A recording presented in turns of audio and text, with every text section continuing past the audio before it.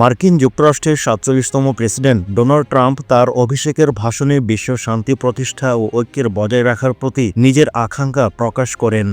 তবে এ ভাষণে তিনি বিশ্ববাসীকে এক কঠোর বার্তা দিয়েছেন, যা তার আগের ভাষণগুলো স্মরণ করিয়ে দেয়।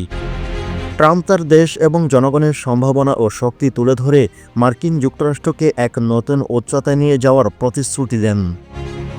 বিশেষত ট্রাম্প মধ্যপ্রাচ্য যুদ্ধবিরতি চুক্তি কার্যকর করার বিষয়টি সংক্ষেপে উল্লেখ করেন।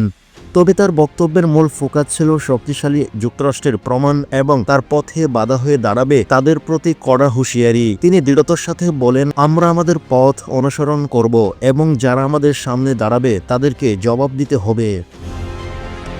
ভাষণে ট্রাম্প পানামা খালকে পানামার জন্য একটি বোকার মতো উপহার বলে আখ্যা দিয়েছেন এবং খালটির নিয়ন্ত্রণ আবার মার্কিন যুক্তরাষ্ট্রের হাতে ফিরিয়ে আনার প্রতিশ্রুতি দেন। ট্রাম্প বলেন, আমরা এটি ফিরিয়ে নিচ্ছি। ১৯৯৯ সালে পানামা খালের নিয়ন্ত্রণ পানামার হাতে চলে যাবার পর থেকে এটি একটি বিতর্কিত বিষয় হয়ে দাঁড়ায়। ট্রাম্প পূর্বে জানিয়েছিলেন, পানামা খাল যদি ভুল হাতে চলে যায় তাহলে তিনি একটি যুক্তরাষ্ট্রকে ফেরত দেওয়ার জন্য পদক্ষেপ নেবে।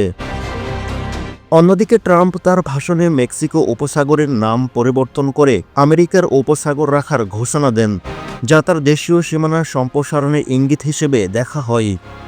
এর সাথে সাথে তিনি মঙ্গল গ্রহে আমেরিকার পতাকা স্থাপন করার কথাও বলেন, যা আমেরিকার মহাকাশ অভিযানের নতুন দিগন্ত উন্মোচনের প্রতিশ্রুতি।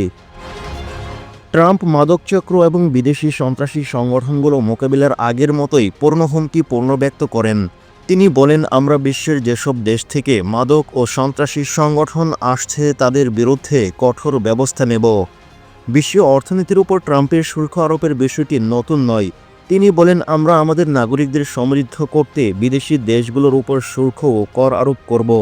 এর মাধ্যমে তিনি মার্কিন যুক্তরাষ্ট্রের অর্থনৈতিক স্বার্থ রক্ষায় আগ্রহী এবং অন্য দেশের ওপর চাপ সৃষ্টি করার ইঙ্গিত দিয়েছেন।